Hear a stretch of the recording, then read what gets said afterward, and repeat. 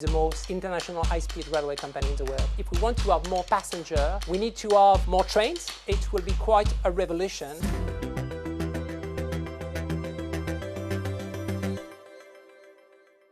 Welcome to The Big Question, the series from Euronews where we sit down with some of the biggest names in business.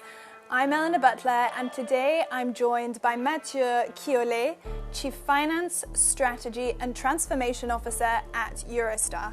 Thank you so much for joining us on the show today, Mathieu. To start off, can you give us a quick overview of how Eurostar is doing? So at the moment, we are operating in 5 different countries: France, Belgium, Netherlands, UK and Germany.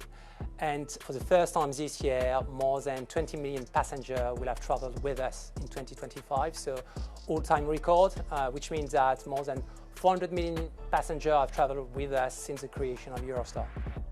And in terms of finances, how healthy is Eurostar at the moment? And looking ahead to the coming year, what are your predictions for the market? We are in a very strong financial position, which is very important because we're investing massively, and we have recently shared that we have decided to make this huge investment in 50 new train sets. So it's a landmark investment of 2 billion euros. So the most important investment in Eurostar history. Just to give you a flavor, last year our revenue reached 2 billion euros, and we had already 19.5 million passengers, so plus 5%. And this year, 20 million passengers. One reason, obviously, why people choose Eurostar is because they're conscious of their carbon footprint.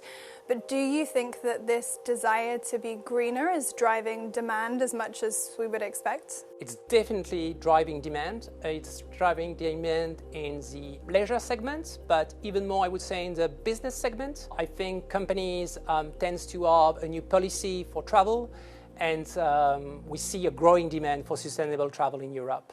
And you are expanding your routes to Cologne, Frankfurt and Geneva by the 2030s. How is progress coming along on that? So we are already connecting Köln. So we operate the Paris-Cologne route. The thing that we do not do yet today is London-Cologne in a direct way. So we have a connection in Brussels. And our intention is to grow and to reach new destinations. And 2 clear destinations that we have on our radar are Geneva and Frankfurt, which means that in the future, Eurostar will connect 6 different countries, so probably the most international high-speed railway company in the world. First, Geneva and Frankfurt. It's already something very bold, very ambitious, but that's something that we have done in the past. And we have this pioneer spirit at Eurostar, so we'll continue to build on that.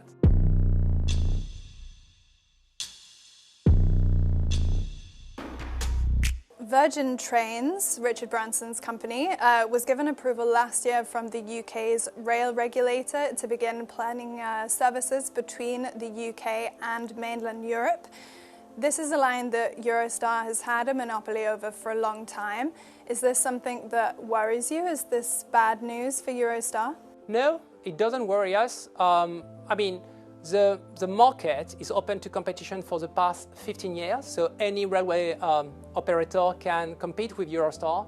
I think the only issue for Eurostar is development, is how we can grow in the future.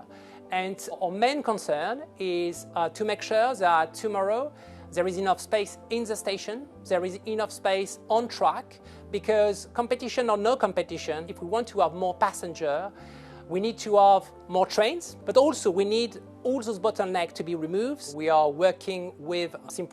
station on that right now.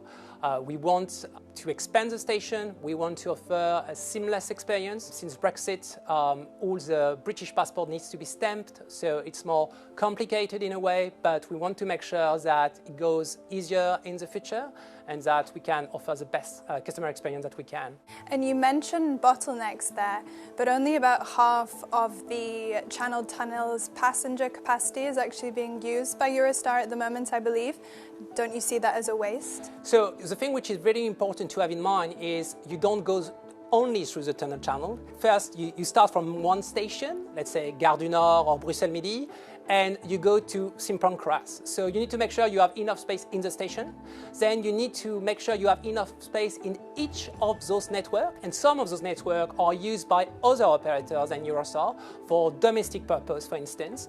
So it's not just about Eurotunnel, but clearly our intention is to grow, to run more trains. And that's the reason why we are purchasing new trains, up to 50 new trains, which means that we will grow by 30% the number of trains that we are operating today.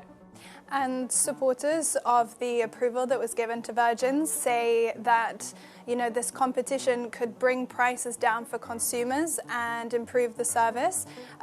What do you think of that? I mean, our focus at Eurostar is offer the best customer experience to our clients.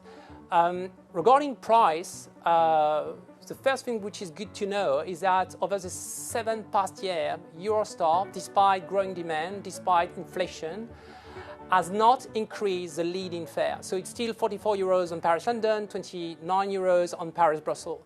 The issue that we have is that we don't have enough capacity. Those low fares, they are sold out quite quickly. But if you are booking at the last minute, then it becomes an issue. So we are launching on a regular basis promotion. Right now, it's 25 euros to travel between Paris and Brussels. Also, we have this new product called Snap. It enables you to purchase a ticket 50% cheaper than the regular price. You know the date of your travel, and we give you 48 hours in advance the exact departure time. That is a product that is working really well. But at the end of the day, the thing that will really change everything is to have more capacity. Because if we have more capacity, we'll be capable to offer more low fares, and that's exactly our intention with those new trains that we are buying, with more than 20% extra capacity in those trains. And to focus on Eurostar's future projects, what else can we expect from Eurostar in the coming years? The first thing is probably the new train, because it will be quite a revolution. If you think about it, the first time a double-decker train will run through the tunnel channel, and in the UK, it has never happened in the past. The second element is that this train will be fully designed in a very specific way. So it will be a complete new customer experience that we will provide to the customer. We'll continue to invest in lounges. We have new flexible conditions for our tickets. You can exchange for free up to 1 hour before departure. So we wanted to make that as easy as taking your car. So we are working on many things right now. We will continue to work on that. And that's everything we do. Lots to look forward to then. I think it's a good place to leave it there. So thank you so much for coming on The Big Question and sharing your insights. Thank you for your question. Thanks so much. Thank you.